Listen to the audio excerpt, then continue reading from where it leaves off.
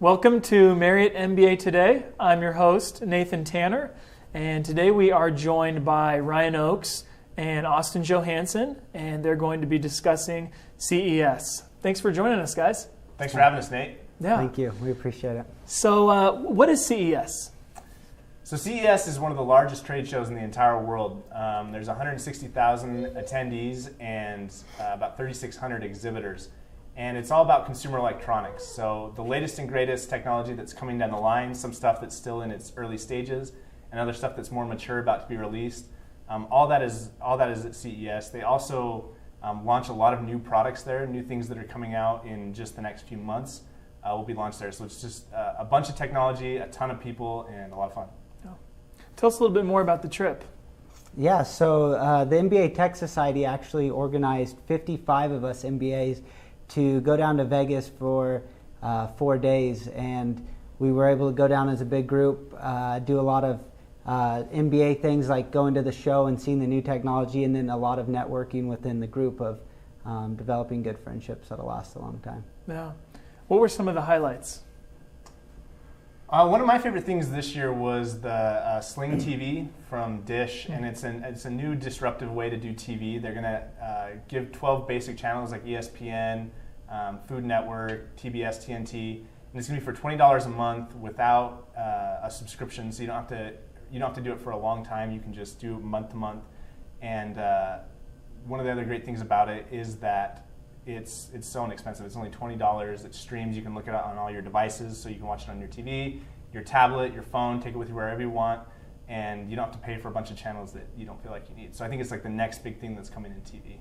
Oh. And there's also these autonomous drones that you could throw up in the air, and they would track a bracelet you were wearing, and with a GoPro attached to them, they could film you autonomously as you did mountain biking or snowboarding or any activities that you needed an extra hands for to do video, which I thought was really cool from a consumer's perspective. Yeah. Any other cool technologies we should keep an eye on? Well, I think the big push at CES was you saw a ton of wearable devices. You saw all the fitness bands and smartwatches. That was really big. But I think the companies that really stole the show were Toyota and Mercedes. They showed smart cars and also hydrogen fuel cell vehicles. And I thought that was really a big deal for consumers in the automotive industry. Yeah. I know a big part of the trip goes on outside of the show. What were some of the activities you guys did? One of the highlights outside the show that a lot of people loved, we went and did 4 buffets within 24 hours down in Las Vegas. They have what's called the Buffet of Buffets. Nice. And so we had a goal to hit 4 different buffets. We did a dinner, breakfast, lunch, and then dinner again. Went to the Rio, Planet Hollywood, Paris, and just ate a ton of food. And I think we had a lot of students go, and we had a lot of fun.